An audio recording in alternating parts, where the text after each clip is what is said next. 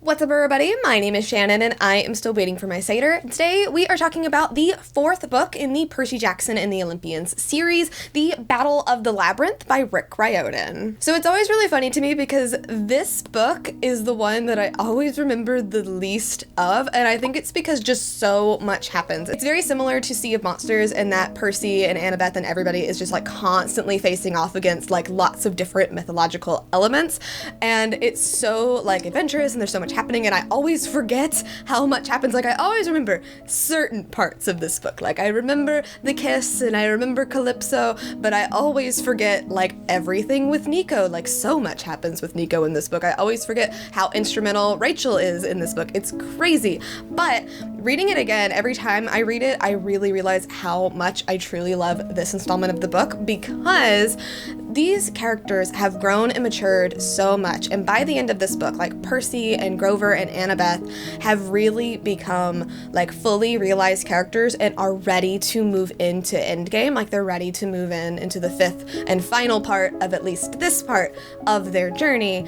And I really love that because it frees up a lot of time for the fifth book so that we can go more in depth into that final deep dark prophecy. We can learn more about Luke. We can learn more about what's going on here with the Oracle and everything like that. So in the Battle of the Labyrinth, what we have discovered here is that there is an entrance to the mythological labyrinth in the middle of Camp Half-Blood, and Luke in Kronos' army is planning on using that to infiltrate the camp and basically kill everybody. And Annabeth is finally given a quest to figure out how to stop all of that from happening.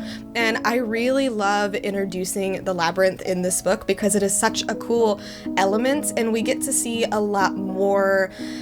It feels a lot more like the Heroes of Olympus series, like after having read Heroes of Olympus, just with it being like so mythological. Like, it's not leaning as much on the modern aspects of the story. It leans so much more on the myth, and we're deep down in this labyrinth. We're meeting all of these like crazy monsters. We're in settings that we haven't really seen our campers in a long time.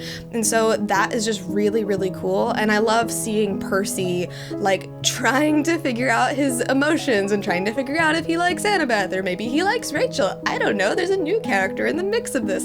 And seeing how he wants to protect Nico, and seeing, you know, his reactions with Grover trying to find Pan and how exactly that's faring and everything like that. Like, by the end of this book, Percy is just like in this very interesting spot, and he really needs to double down and really needs to get ready for Endgame, especially if he is this famous half-blood that's going to be kind of the linchpin when it comes to the fate of Olympus. One thing that has always irritated me about this book, and one thing that is more prevalent now as I've gotten older, is that the dynamic between Rachel and Annabeth is just, they hate each other for no reason.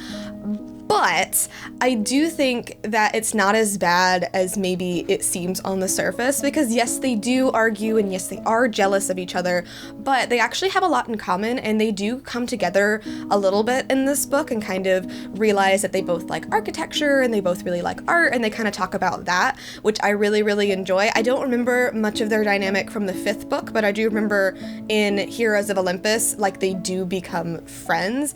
So while in this book it's a little bit frustrating that, you know, we have these two like female love interests and they hate each other and that's annoying, they do kind of overcome that in the end. And that's another little glimpse at how Rick Riordan grows as a writer. Like, that's what's really cool about revisiting these books now after rereading so many of his other books. Like, he really has grown so much as a writer, and I really, really love seeing that. So obviously this book is getting an A+ from me. I am in love with the Percy Jackson series. It will always be my absolute favorite, and I am very excited to get to the final book in the Olympians series. But thank you guys so much for watching this video. If you liked it, be sure to hit that like button down below, and don't forget to subscribe so you can talk books with me every week. That is everything got for today, and I will see you guys next time.